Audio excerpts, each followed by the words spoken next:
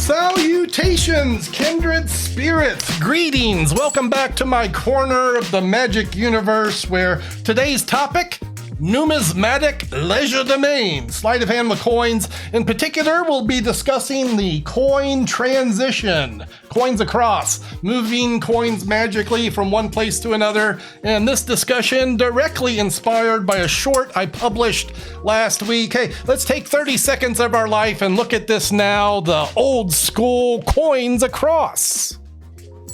So today we're doing simple sleight of hand with just $3 silver and my wedding ring, which will act as sort of a magical magnet, attracting the coins one at a time.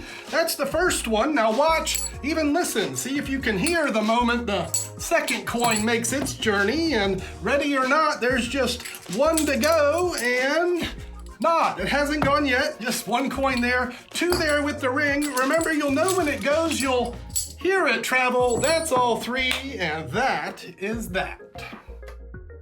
Now, before continuing, I'd like to hazard a guess that when Al Schnieder, and we'll talk more about Al briefly, when Al Schnieder published this routine, I doubt he had it in mind to be performed in less than a minute on a short-form internet video, so maybe we can showcase the routine in question a little more clearly as Al originally intended it, with an extra odd coin, all three moving across to join that leader coin one at a time, and that is the first one.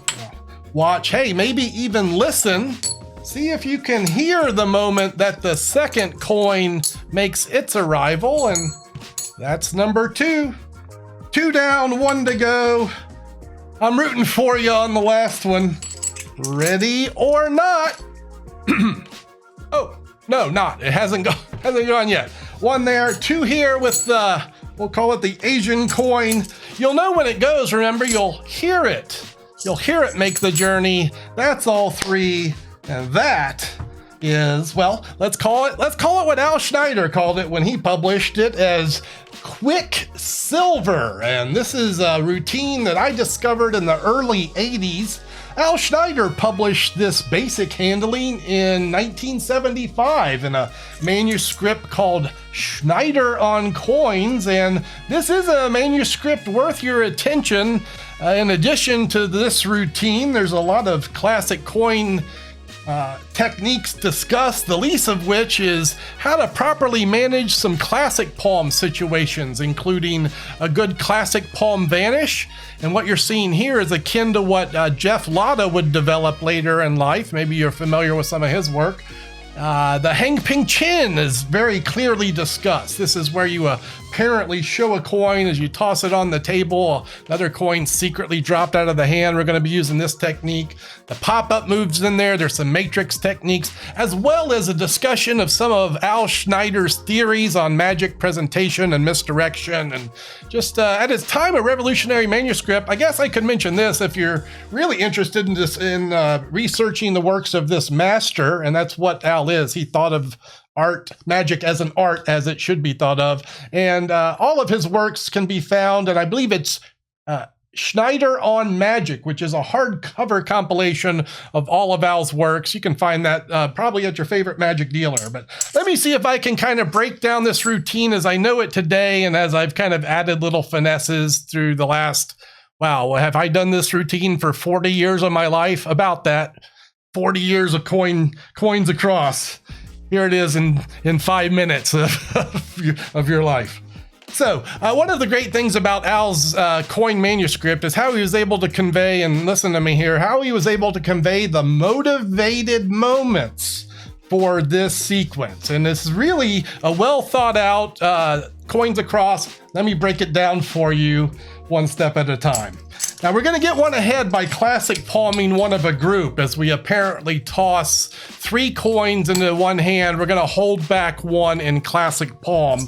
This is Al Schnieder's theory with introducing, I used a ring, Al used a copper coin, we're using an Asian coin, it could be an amulet, a key, something to attract the, to make the magical attraction presentation come to life. And it's this that is going to give us the motivation to throw the other coins in the hand as we display this coin, and we're going to hold one back in the process. Now, to do this, I'm going to need to put one of these coins in classic palm position, and to do that, I use David Roth's technique of palming one of a group. And this happens as I pick the 3 silver coins up. I push one of the coins, the lowermost in this case, to the tips of my second and third fingers. So see how that coin's pushed forward? Now, as the hand closes into a fist, this coin is going to be placed into classic palm position. Classic palm, between the base of the pinky, the base of the thumb, the muscles contract, basically giving you a third hand. You'll want to develop some facility with this. It'll take maybe a couple months to get a good classic palm going for yourself. Highly encouraged for anyone interested in the art form. You should be able to classic palm an object. Classic palm. And that's how you palm one of a group according to David Roth. Push it forward as the hand closes into a fist. It's naturally in that position to be palmed. And it's Al Schnieder's mindset here where he goes to pick up this coin and this hand is full. So the internal script is, oh, hand's full. Let me throw these here. And this makes this action secondary. Say, for example, I didn't have this coin. I said, watch, a trick with 3 coins. Here they go, one at a time. See how that doesn't have a layer of deception between the coin moving across? But if you add this coin into play, you say, here's a trick with 3 coins and an Asian coin. I guess I could also mention I excessively use the Mellini subtlety here, holding the coin at the tips of the finger and the thumb, displaying as much of the palm of the hand and the flesh of my fingers as I can without bringing that palm coin into view. The Mellini subtlety, used extensively in this routine. For the first coin's arrival, I'm just going to release the classic palmed coin in the right hand. It'll make an auditory clink, and that's the first coin across, show it. And then open the left hand to show the 2 there. Now we're going to use a clink pass, and this is an auditory false placement. That was a bad one. This is an auditory false placement of 2 coins into the hand. It should look and sound like you're placing 2 coins into the same hand. I hope my microphone is picking this sound up. Sometimes my microphone covers unwanted sounds. But that's the clink pass as I use it. And here's the internal script and the motivation. I pick up the first coin. I say the first coin is traveled. So I pick up one of the 2 and then gesture and then use that same kind of palming one of a group technique to place this coin into a classic palm position. And then I apparently place the coin into the hand using what is basically Al Schnieder's classic palm technique, vanish. You could use a basic Bobo style turnover. This is as it's described in Bobo's Coin Magic, or the Jeff Lattice butterfly style classic palm. Basically, any clink pass will work here. This is the classic clink pass using a classic palm. To create the sound illusion, I'm going to apparently drop this coin into my hand, but I'm in fact going to drop the classic palm coin, let it bounce off the fingertip rest. That's what this position is, fingertip rest. And it's going to create that clink and drop into my hand. And then I palm the coin from fingertip rest. That's the clink pass technique that I'm using. Use your favorite technique, but if you want to do what I do, that's what it looks like. So this coin is now in classic palm position. I put it there after the clink pass. I put it there ideally as I'm reaching to pick these 2 up and show them again. And look where I'm at, Mellini subtlety, right? Showing that empty palm and then using that classic palm drop to make the auditory arrival of the second coin. Now we're going to use some reverse psychology on the audience as we hoodwink them by creating suspicion. This is another wonderful Al Schnieder moment that really, I guess we can credit some of the greats.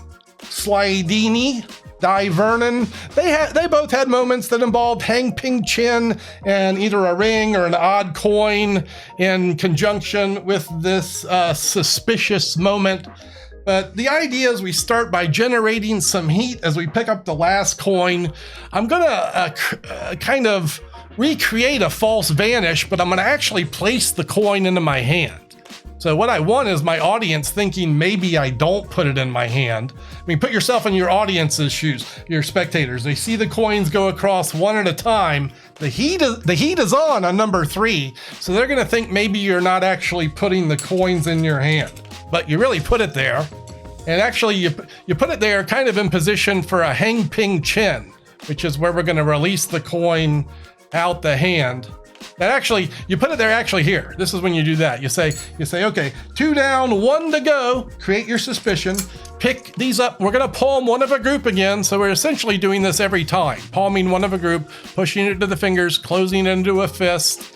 But here we delay this display after we've created the suspicion. We open the hand to say, oh, it hasn't gone yet. There's only 1 there. Pick up the coin, and now the coin is placed at the base of the pinky in position for the hang ping chin. It's going to be released out of the hand.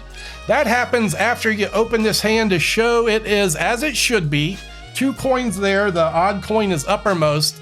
We're going to turn this hand down and retain the classic palm coin.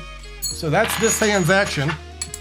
It's a dumping action to the table. And as we do so, this hand drops, the coin moves away. Everything moves to the left. And in unison, the action is, it hasn't gone yet. There's still 2 coins here. You drop the coin to the floor for extra suspicion. Allow me to repeat that sequence. Oh, it hasn't gone yet. 1 coin there, 2 coins there with the Asian coin. You'll know when it goes, you'll hear it go. That's all 3 across. That's how you handle the last beat. Ready or not, 1 to go.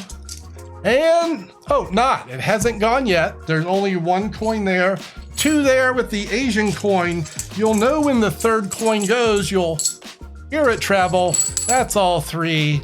And that is how I handle the old school style coins across. I don't think I have anything more to say about it, so I'll quit talking now. If you have questions about it, ask them below in the comments. I'll get back to you there. And if you want to learn more, I'll leave some videos here. You can go check those out now. Thanks for watching. See you on the next one.